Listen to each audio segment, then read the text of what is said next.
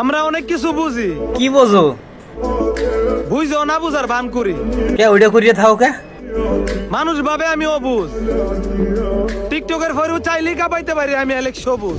হ্যাঁ, টিকটক তো তোমার বাপের, আর আমরা সবাই ওই জায়গা ভাড়া থাই, ভাড়াটিয়া শালা যাইলে।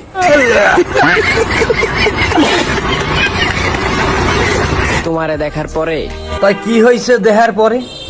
আমি অন্য কারোর দিকে তাকানোই ভুলে গেছি। এটা কি সত্যি? কারণ জান, আমি যে তোমার মায়ে পড়ে গেছি। আপনারা কেউ ধৈর্য ওরে নিয়ে একটা স্বাস্থ্য কেন্দ্রে যে একটা টিকা দিয়ে দেন। ওই টিকার অভাবে ওর শরীর মরিল সব শুকিয়ে গেছে, নালি পরে প্রচন্ড নেশা করে। আমি সিঙ্গেল, তার মানে কোনো মেয়ে আমাকে পাত্তা দেয় না, ব্যাপারটা এরকম না। তা ব্যাপারটা কিরকম আমাদের একটু কল দি। আসলে আমি নিজেকে রাজা মনে করি, ও বুঝতে পারিছি। আর রাজা কখনো কারো গোলামি করতে পছন্দ করে না।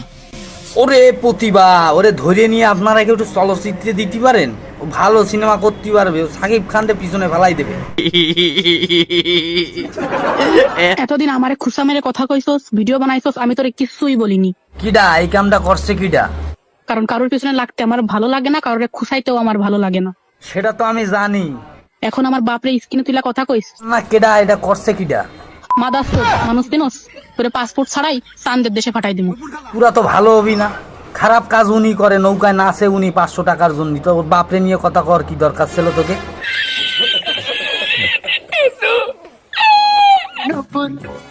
আগে ব্যাপারটা এমন ছিল যে কেমন ছিল?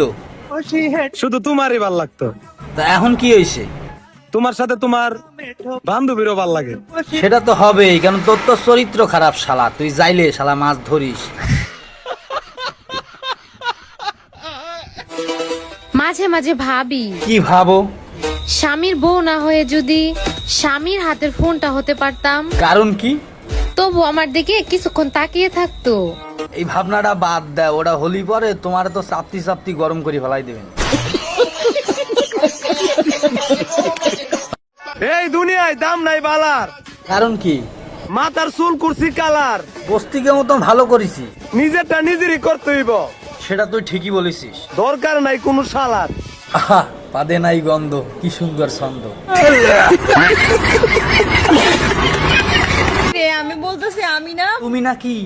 মুখ দিয়া মধু ঝরে, তারপর আর আমার জামাই বলে কিসের দুধ দিয়া মধু ঝরে। সে তো তোমার চেয়ে ভালোই জানবে, কারণ তুমি তো আর খাও না, সে তো খায়, সে তো জানে যে কোথাতে মধু ঝরে। সঠিক বলেছেন, আপনার বুদ্ধি ভালো।